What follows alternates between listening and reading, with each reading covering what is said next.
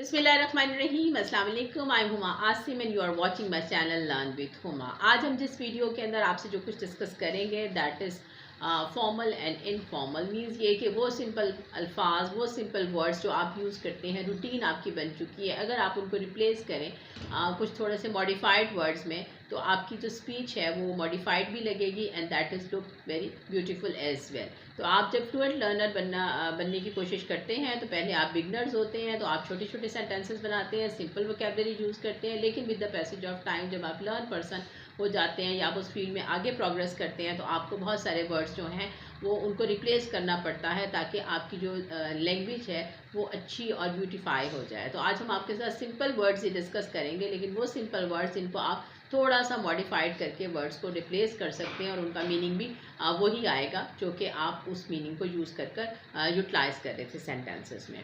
तो अपनी वीडियो की तरफ चलते हैं हम सबसे पहले, जिसमें सबसे पहला जो वर्ड हम आपके साथ डिस्कस कर रहे हैं दैट इज़ बिगनर। अब अगर आपने बिगनर का अल्फाज इस्तेमाल करना है तो आप बिगनर की जगह एडवांस्ड का वर्ड यूज़ कर सकते हैं। जैसे कि आप सेंटेंस बना सकते हैं कि he is the beginner of English learner, और फिर उसके बाद आप कह सकते हैं now I am learning advanced English. तो फिर उस सिचुएशन के अंदर आप एडवांस का वर्ड यूज़ कर सकते हैं। Then we comes to very easy. अगर आपने वेरी इजी यूज़ करना है तो आप इसकी जगह रिप्लेसेबल वर्ड जो यूज़ कर सकते हैं दैट इज़ एफर्टलेस। ठीक है, ही इज़ डूइंग एफर्टलेस। ठीक है, वो मतलब बहुत आसान काम है, या this work is quite effortless for me, कि ये काम मेरे लिए बहुत आसान है। तो वेरी इजी को आप जब रिप्लेस कर सकते हैं एक दूसरे different word say that is effortless. इसके बाद वेरी हार्ड जब आप यूज़ करते हैं तो उसकी जगह आप रिप्लेसेबल जो वर्ड यूज़ करते हैं दैट इज़ डिफ़िकल्ट, कि this work is quite difficult for me. लेकिन अगर आपने सिंपल यूज़ करना है तो आप वेरी हार्ड कहेंगे, लेकिन अगर आपने थोड़ा सा उसको मॉडिफाइड कर दिया तो आप कहेंगे कि this work is very difficult for me. इसके बाद वेरी नॉइज़ी को रिप्लेस आप कर सकते हैं डिफाइनिंग।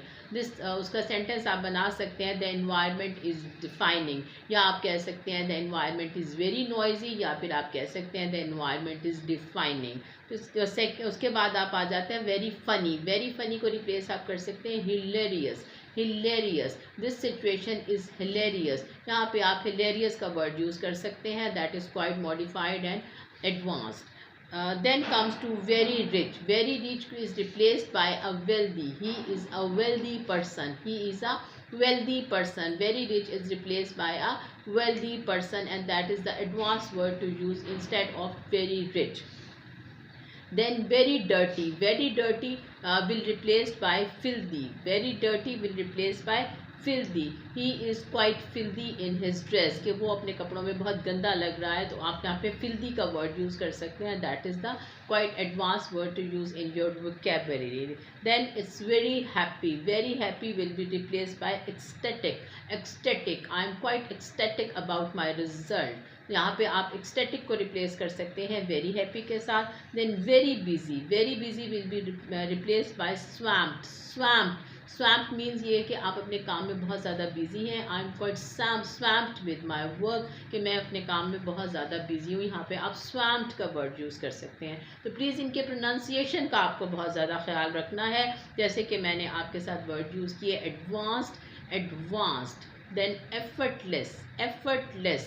एफर्टलेस। आपको प्रोनाउंसिएशन का बहुत ख्याल रखना है, क्योंकि जब आप थोड़ा सा एडवांस करते हैं तो आपकी प्रोनाउंसिएशन जो है वो बहुत अच्छी होनी चाहिए। Effortless, difficult. Then comes to आ जाता है defining, hilarious. Then wealthy, filthy, ecstatic and swamped. इसके अलावा अगर आपने कहना है वेरी क्विक तो फिर आप कहेंगे रैपिड। ठीक है, his action is very quick या हिज एक्शंस आर रैपिड। आप रैपिड का वर्ड यूज़ करेंगे जब आपने कोई मॉडिफाइड या एडवांस वोकैबुलरी यूज़ करनी हो। उसके बाद लिव या रिसाइड। ठीक है, आई रिसाइड इन दिस हाउस, आप लिव की जगह पे रिप्लेस कर सकते हैं रिसाइड को। गेट, अगर आपने गेट का वर्ड यूज़ किया तो आप उसको रिप्लेस कर सकते हैं ऑब्टेन के साथ। आई obtain 100% marks in my exams. I obtained 100% marks in my exams. Obtain pronunciation पे प्लीज़ फोकस करेंगे। ऑब्टेन, आई से रिसाइड, आई से रिसाइड, और अब मैंने कहा है obtain.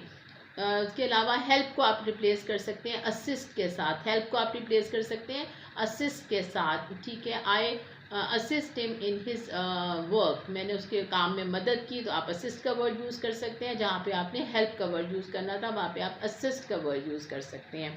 Tell, inform, tell will be replaced by inform. I tell you आप कहते हैं तो आप उसको रिप्लेस कर सकते हैं कि आई इन्फॉर्म यू। उसके बाद सॉरी, सॉरी का वर्ड बहुत यूज़ होता है, तो आप उसकी जगह अपोलोजाइज़ का वर्ड यूज़ कर सकते हैं। जैसे I am sorry for this, लेकिन आप उसको रिप्लेस कर लें I am quite apologize for this, I apologize for this situation, ठीक है। तो इस तरह से आप अपोलोजाइज को रिप्लेस कर सकते हैं सॉरी के साथ, apologise. Then ask, I want to ask a question, or you can say that I want to inquire a question, I want to inquire a question. Ask will be replaced by inquire. You can easily replace the ask by inquire. Cheap, this cloth is very cheap. You can replace in replacement of this inexpensive, ये expensive नहीं है, inexpensive आप word को replace कर सकते हैं cheap के लिए कि this cloth is inexpensive, these things are inexpensive। तो ये सारे words vocabulary आज हमने आपके साथ डिस्कस करनी थी कि जिसमें आपको थोड़ा सा मॉडिफाइड की तरफ लेके जाएं कि आप सिंपल वर्ड्स को अपनी रूटीन में से थोड़ा सा आप मॉडिफाइड वर्ड यूज़ करें, ताकि आपकी जो स्पोकन इंग्लिश है, जो आपका स्पोकन स्टाइल है, जो आपकी लैंग्वेज है, वो थोड़ा मॉडिफाइड हो और आप उसको अच्छा फील करें जब आप उसको स्पोक आउट करें। होप आज की वीडियो आपको पसंद आई होगी। Please do comments for me. Stay happy, stay healthy. अल्लाह हाफ़िज़।